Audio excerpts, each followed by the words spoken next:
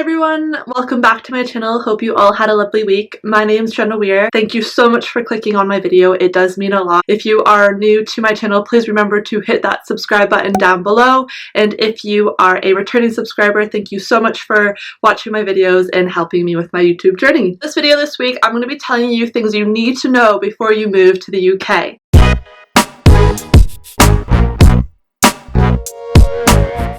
So I moved here to the Lake District 3 years ago. I am about 2 hours north of Manchester. I moved here because my husband is from here. We didn't meet in the UK, we actually met in Australia. Yeah, now we're living in the UK and I have been here for 3 years and I'm on an ancestry visa. And an ancestry visa is basically for people who have a parent or a grandparent born in the UK, and my Nana happened to be born here in the UK, so I was able to apply for that. It lasts for 5 years, so I've got another 2 more to go, and then you can apply to become a permanent resident and then a citizen. Oh, if you didn't know as well, I'm from Canada. I am about a half-hour away from Toronto. I just lived in Australia and now the UK. Yeah, I am a Canadian citizen. If you want to know things that you need to know before you move to the UK, then just follow along with me and I will walk you through step by step for the 5 points that I think are quite major. I also just want to state here that everything that I'm saying, it could be different for everybody else. This is just my own opinion. I'm not saying anything is right or wrong. I'm literally just saying this is my experience living here for 3 years. So if you are thinking about moving to the UK, these are 5 things that are probably things that you're going to run into down the line. The first one is weather. Before moving here, Connor did tell me I live in one of the wettest places in England, and I was like, oh yeah, like it's fine. Rain is rain. I'm fine with rain. It's fine. No, it rains. It really does rain a lot. And to be completely honest, it does say here on Google, if you Google wettest place in the UK, it says Seathwaite, and that is in that valley I live in. It says it is the wettest inhabited place in the United Kingdom. So I'm literally living in the wettest place in England. It receives around 3,552 milliliters of rain per year. And let me tell you, it bloody rains. However, if you're living more south, say you're living in London and more south way, like Brighton and that area, you're not going to get as much rain. So it is literally just where I'm living. If you're wanting to live in Keswick or like the Lake District, which is more north, you're probably going to get more rain than you will down south. Living in Canada, we do get rain once in a while, probably more for springtime or fall. You know, you pull out your umbrella and then you would just run to your car and you're fine. But over here, it just rains so much you don't even have an umbrella at this point. Rain does not stop people. Over here, rain is like, okay, let's go for a hike. The weather here does not get as cold as it does in Canada. So in Canada, you know, you're gonna get down to like -30 with wind chill. But over here, winter, I think the coldest it was like -4. Like, it doesn't get cold. Like, it's cold, but it's like a damp cold. Canada cold is more of a crisp, like, shock cold. Over here, it just feels like damp. You know, we get 2 months normally, April, May, sometimes June, where the weather is kind of nice. And then summertime is hit and miss. I think August can be really not so nice. And then September can be nice. The second thing that I have found living here is that the food situation is different. So I used to work in a cafe, and I can tell you that probably 99% of people literally are just terrified of sugar in their tea and coffee. I would bring them over sugar, put it on their table, and they would go to me, oh no, we don't have sugar, we don't have sugar. They're actually terrified of sugar. So that could just, like I said, could be my own experience. But over here, people tend to not have sugar in their tea or coffee. It could be the fact that they're probably drinking more tea and coffee than, say, we do back home. They're just healthier. Like, it is healthier for you not to have sugar. As well as McDonald's doesn't taste the same. It tastes kind of plain. Maybe it's healthier for you. Also the portion size. Your drink in Canada is quite large, and then over here it's small, and they charge you for sugary drinks now. I don't know if they do that in Canada. I don't think they do now, but like I haven't been back in a while, so I'm not too sure. Over here, if you want, say, a normal Coke, you're gonna pay more for it because it's a sugar tax. So yeah, here we are again about the sugar. They literally are like, no sugar. If you want sugar, you will pay more. Okay. On to number 3. It's like the whole house situation.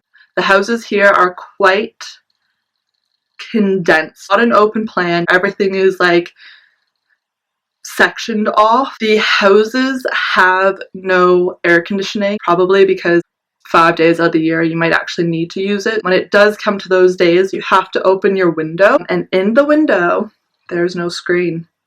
So you open that window and you're going to be getting flies that come into your house because there's no screen protecting from the outside to the inside. And that's one thing that I really think I should get into over here, is making screens for windows.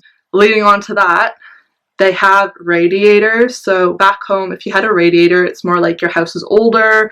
It's not like a new build. Over here, radiators are put in new builds. They use radiators throughout the house, which is kind of good because then if you're not using a section of the house, you could turn it off, which saves money as well as energy. They have for their taps a hot tap and a cold tap.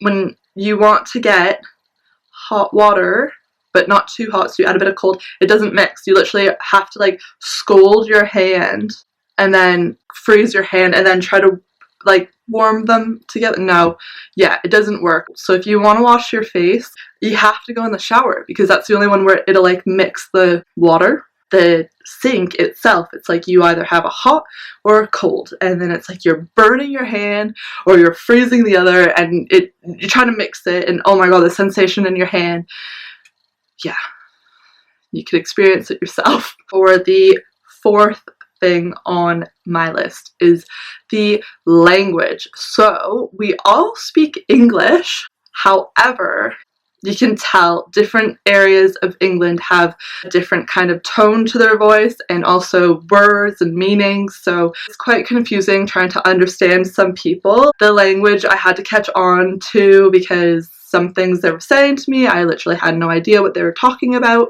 and I just like would stand there and like smile and be like, yeah, okay, yeah. And I probably have to learn their language and get used to their like twangs and sayings as well. At work, when I used to work at the cafe, could not go a day without being asked, really, where are you from? Oh, I get this a lot as well. They go, oh, you're American, aren't you? And I'm like, yeah, no, I'm Canadian. If you are Canadian, they'll probably say, are you American? And you never know. If you're American, they might say you're Canadian. No, they won't. They literally just always assume I'm American.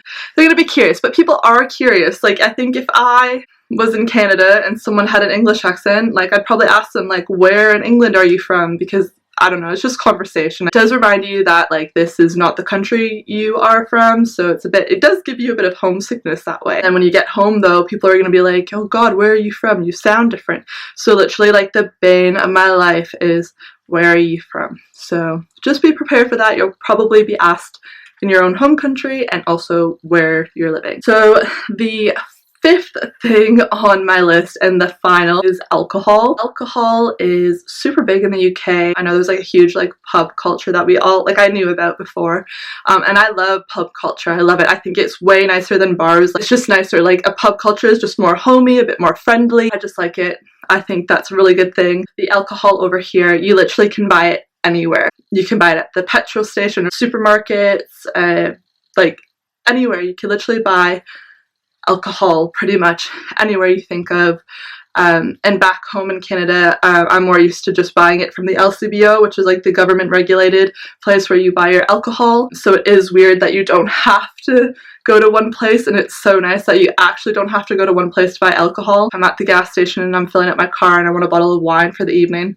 I can just buy one and I don't have to go make another stop to another place to buy my alcohol. You will definitely notice when you move here, there's so much more alcohol to choose from. The cider, there are so many more options for cider compared to what we have back home. If you're into cider as well, it is cheaper. like 100% cheaper. I can get one of my favorite bottles of white wine for like $3.75. It might not be a good thing because like my liver probably is not liking it. If you like alcohol, then this is the place for you. Those are the 5 things that I think you should know before moving to the UK. So if you are moving to the UK, honestly, it is such a great country. Like, I know I've talked about some things that are probably cons, but there's cons to every country. I really like living here because I'm so close to Europe. Once COVID is done, we can travel a bit more in Europe. There's pros and cons to everything. I just wanted to let you know these 5 things that you definitely will notice and should know before moving to the UK. If you have any questions on the ancestry visa or even anything about the UK, I'll be able to help you out down below in the comments. I hope you enjoyed my video. If you did, please remember to give it a thumbs up. Have a lovely week, and I will see you all next Sunday. Bye!